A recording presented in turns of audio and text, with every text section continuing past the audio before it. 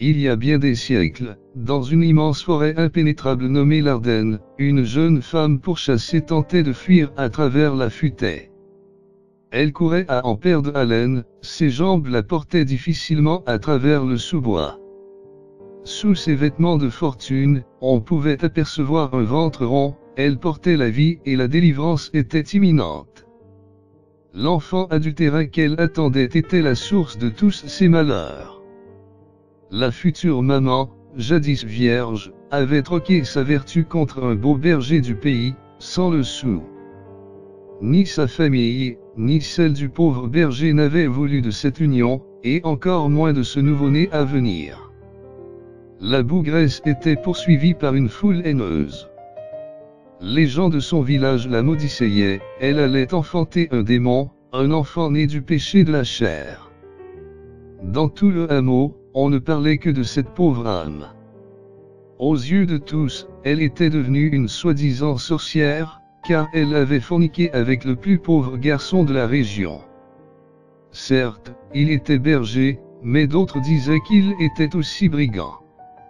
Sa famille vivait à l'écart du village comme des sauvages, dans une cahute faite de briques et de brocs. Beaucoup de villageois se demandaient comment une aussi jolie fille avait pu être tentée par un homme d'aussi basse condition. Elle venait d'une famille d'hommes libres et possédait la terre qu'ils cultivaient. La belle jeune femme était promise à des épousailles dignes de son rang. Mais voilà, même si ce garçon n'avait pas le plus beau minois de la contrée, il n'en était pas laid pour autant. Bien bâti, spontané et courageux à la besogne, il l'avait séduite par ses traits de caractère et sa rhétorique. Ils avaient partagé du temps ensemble, ils avaient ri, ils s'étaient enlacés et se sont aimés d'un amour sincère et pur. Ils se voyaient en cachette et consommaient leur amour interdit. Puis la magie de la vie émergea dans le corps de la belle jeune fille. Très vite, son ventre rond fut connu et lança l'opprobre sur toute sa famille. La belle voulait s'enfuir loin de ce cauchemar avec son amour.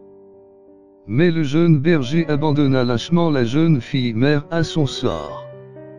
Elle voulait s'accrocher à son bébé, mais tous les gens conspuaient contre elle, l'enfant du vice, disait-on dans les chaumières.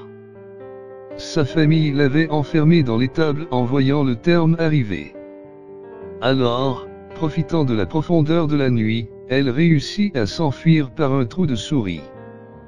Après bien des contorsions, elle huma l'air pur de l'extérieur, effaçant les relents de fumier et l'odeur de bête. Enfin, la liberté s'offrait à elle. Malheureusement, elle entendit les siens s'élancer sur ses traces. C'est ainsi qu'elle trouva refuge au plus profond de la mystérieuse forêt de l'Ardenne. Elle savait que ses poursuivants n'oseraient pas s'aventurer en pleine nuit, au plus profond des bois. Une fois en lieu sûr, la pauvre enfant, exténuée, s'écroula aux pieds d'un immense être et s'endormit.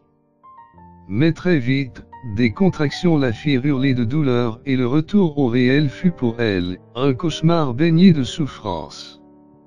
L'être, qu'elle essayait de mettre au monde, lui déchirait les entrailles. C'était toute seule, en pleine forêt, qu'elle donna naissance à une petite fille après des heures d'horribles calvaires. Maintes fois, elle avait cru mourir, mais elle avait réussi à donner la vie. Là, devant elle, une petite créature poussait ses premiers cris qui fendirent les bruissements de la nuit. La petite nouveau-née était belle comme une fleur qui venait d'éclore. La pleine lune permit à la mère d'admirer cet enfant aux grands yeux noirs. Mais la joie n'était cependant pas au rendez-vous, la très jeune maman ne voyait pas le fruit de sa chair en ce bébé, mais les maux de tous ses malheurs. Alors, dans une rage furieuse, la pauvre mère serra de toutes ses forces le cou fébrile du nourrisson. Elle ne voulait plus entendre ces cris qui la rendaient folle. Elle désirait par-dessus tout retrouver son ancienne vie. Il fallut à peine une minute pour que celle qui avait donné la vie, ne l'ôte à son bien infortuné bébé. Elle vit l'étincelle de vie s'éteindre dans les yeux de sa petite fille. Cette image la marquera à jamais, elle hantera désormais toutes ses nuits. La pauvre maman pleurait de longues heures en enserrant le cadavre du nourrisson jusqu'aux premières lueurs du jour. Transit de froid, la pauvre jeune femme arracha le cordon ombilical avec ses dents, se leva et laissa la dépouille de sa fille à Dame Nature. Tandis que la brume matinale s'estompait, les premiers rayons de soleil s'abattirent sur le corps sans vie de la petite fille. C'est à cet instant qu'est apparue une belle femme d'âge mûr vêtue d'une longue robe vert pâle et d'une grande cape noire surmontée d'une large capuche. La femme, surprise par cette découverte, s'approcha du petit Machabée. Les yeux rougis, elle s'exprima ainsi. Comment pareille infamie a-t-elle pu se produire? Les hommes de ce monde, sont-ils devenus fous d'abandonner à la mort leur progéniture? La femme s'attarda sur le petit corps inerte. Elle remarqua les marques bleutées sur le cou du nourrisson. Elle comprit que la petite était décédée par strangulation. Devant l'horreur de cette sinistre scène, la femme prit la petite chose dans ses bras avec toute la bienveillance du monde, puis elle entonna une litanie bizarre, semblable à une comptine. Toi ma pauvre enfant, à qui le destin a été bien trop cruel. Je vais te donner contre toutes tes peines, un avenir radieux. Heureuse tu seras, et le bonheur tu donneras. Reviens à moi mon enfant, reviens à moi mon enfant et un jour, tu seras grande. Elle répéta de nombreuses fois ces mots, en berçant tendrement la petite dépouille contre elle. Les secondes s'égrinèrent, puis la femme se pencha pour ramasser des feuilles mortes au sol d'une main pendant qu'elle tenait la dépouille de l'autre bras. Elle couvrit le corps froid de la pauvre petite en malaxant bien chaque partie de son corps. Tant et si bien, que le petit cadavre fut entièrement recouvert de feuilles. Ensuite, la femme posa doucement la morte au sol, arracha de ses mains de la boue et la mélangea à la mélasse de feuilles présente sur la petite. Petite poupée, reviens parmi ce monde, petite poupée, reviens parmi les tiens. Déclara la femme qui malaxait de plus en plus vite l'étrange matière. Bientôt une nouvelle forme se fit jour, l'aspect d'un nouveau nourrisson couvert de feuilles et de boue apparut à la face du monde. Néanmoins, aucune étincelle n'émergea de ce corps sans vie. Alors la femme prit la petite et la leva bien haut, à bout de bras. Soudain, une averse vint tremper cette incroyable scène. Et dans un cri assourdissant, la femme hurla à la face du monde. Arduina, déesse de notre forêt, je t'en conjure de redonner vie à cet être pur et innocent. Moi, Ila, ta servante, je t'en supplie, redonne vie à cet enfant. Pendant de longues minutes, elle hurla à la mort ces phrases qui semblaient être des incantations.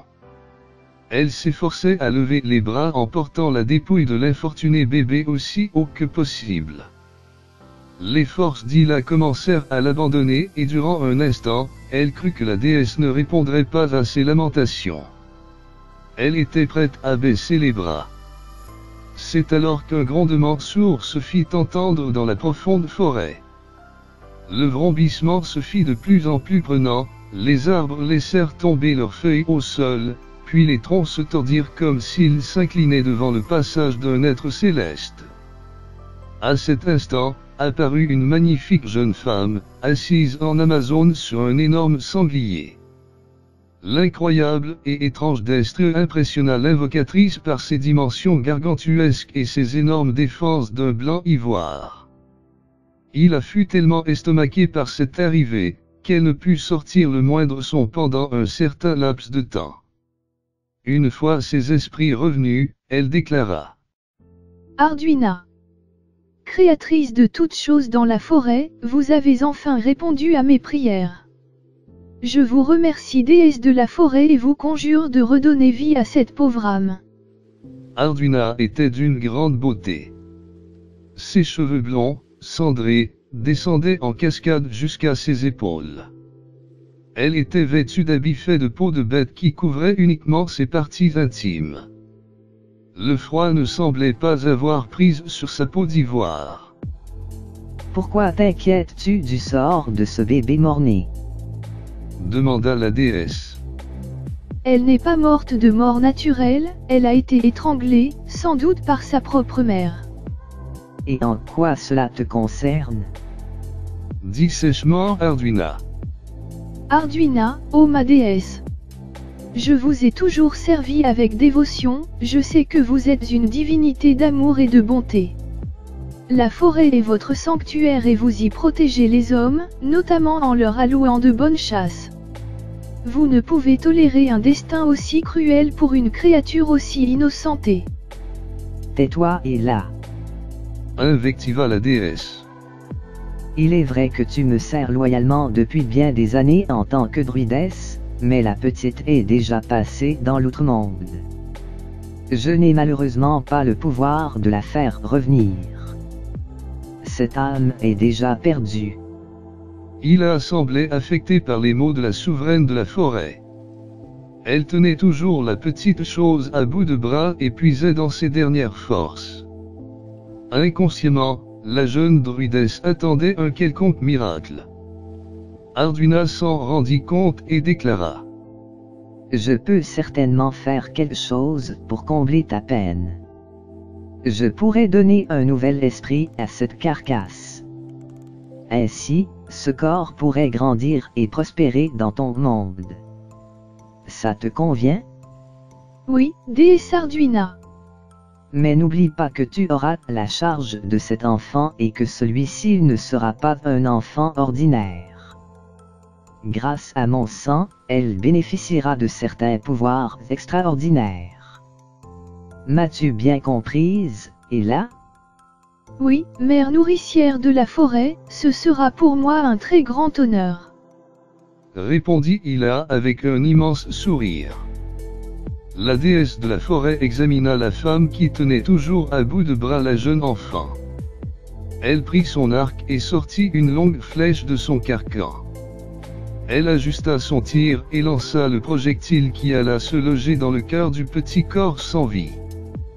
Ila eut un haut le cœur en voyant la flèche plantée dans la dépouille de la petite. Puis, Arduina descendit de son immense monture avec beaucoup de grâce. Elle s'approcha de la druidesse et de l'enfant. Pose cette petite créature au sol, ma servante. Ordonna-t-elle. Sans dire un mot, Ila obéit et posa l'enfant au sol. Arduina prit la dague qui était accrochée à sa ceinture et se coupa le bout du doigt. Une goutte de sang perla l'extrémité de son annulaire. Ensuite, elle prit la tête du bébé et enfonça son doigt au fond de la gorge du cadavre. Ila observait la scène avec attention et fut émerveillée quand elle décela un frémissement sur le mort-né. Les lèvres de la petite se mirent à se mouvoir timidement, de façon presque imperceptible. Puis le mouvement se fit de plus en plus vivace. Ila n'en revenait pas. La petite chose était en train de téter le doigt de la déesse de la forêt. Par la suite, les grands yeux verts de l'enfant s'ouvrirent lentement sur notre monde. Arduina retira avec une extrême douceur son doigt et la flèche qu'elle avait plantée dans le cœur. Et là, à cet instant précis, le premier cri de la petite fille se fit entendre au plus profond de la vaste forêt. Ce fut le cri de la vie, de la nouvelle vie de cette petite fille. La déesse mère de la forêt fut ravie, un large sourire illumina son superbe visage. Elle posa son regard sur Ila et ajouta. Et là, tu es une druidesse qui me rend souvent hommage, alors je ne pouvais laisser tes supplications sans réponse. Ila se prosterna devant la déesse et répondit. Arduina, notre mère à tous. Toi qui donnes vie à toutes choses dans notre magnifique forêt, je te remercie 1000 fois de l'honneur que tu me fais. Ce n'est rien ni là, je ne fais que te rendre les bienfaits que tu promulgues au cœur de ma forêt. Tu as toujours été bonne avec tes prochains, mais voilà, maintenant, tu as de nombreuses responsabilités. Tu devras t'en acquitter envers cette petite fille, dit la déesse en posant sa main sur le haut du crâne de la druidesse, car te voilà mère à présent. À peine la phrase terminée, la déesse disparut comme par enchantement. La nouvelle maman et le bébé étaient à présent seuls dans cette partie de la forêt. Les arbres avaient repris leur forme initiale et rien n'indiquait que la puissante déesse se trouvait là quelques instants plus tôt. La petite était entièrement nue, alors il la couvrit d'un châle pour la protéger du froid. Puis, elle partit de cet endroit pour rejoindre son logis perdu au plus profond de la forêt. Hila était une druidesse qui vivait dans le massif ardennais. Elle possédait une petite bicoque construite au pied d'un grand chêne. Elle se trouvait en bas d'une grande falaise. Sous s'étant reculée, la druidesse vivait comme ses concitoyens sous le règne de Clotaire, deuxième du nom, roi des Francs. L'évangélisation forcée du royaume avait poussé les derniers représentants des anciens cultes à se cacher au plus profond des forêts du pays. Hila se faisait très discrète comme tous ses homologues, même si leur statut était encore très respecté dans le royaume par la population franque et gallo-romaine. La druidesse traversa de nombreux lieux avant d'arriver dans sa demeure. Dès le pas de la porte franchi, elle lava la petite et lui confectionna à la hâte quelques habits. Puis, elle la coucha dans son lit et l'observa de longues minutes. Mis à part son premier cri, la petite ne pleura pas, ni ne cria. Elle était curieuse, avec ses grands yeux verts, la petite créature regardait avec curiosité et admiration le monde qui l'entourait. Son visage était radieux, un beau sourire égayait la maisonnée. Hila était heureuse, elle, qui n'avait jamais eu d'enfant, était devenue la mère d'un petit être féerique. « Comment vais-je t'appeler ma petite ?» demanda la druidesse à voix haute. Après quelques secondes de réflexion, elle déclara. « Tu t'appelleras Sylvaine.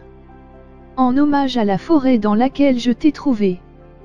Tu seras une extraordinaire fée de la terre. Je veillerai sur toi, nuit et jour, et ce temps que j'aurai un souffle de vie, je t'en fais la promesse ma petite. » À ces mots, Sylvaine poussa un éclatant rire qui fit tressaillir la druidesse, comme si la petite comprenait les mots de sa mère adoptive.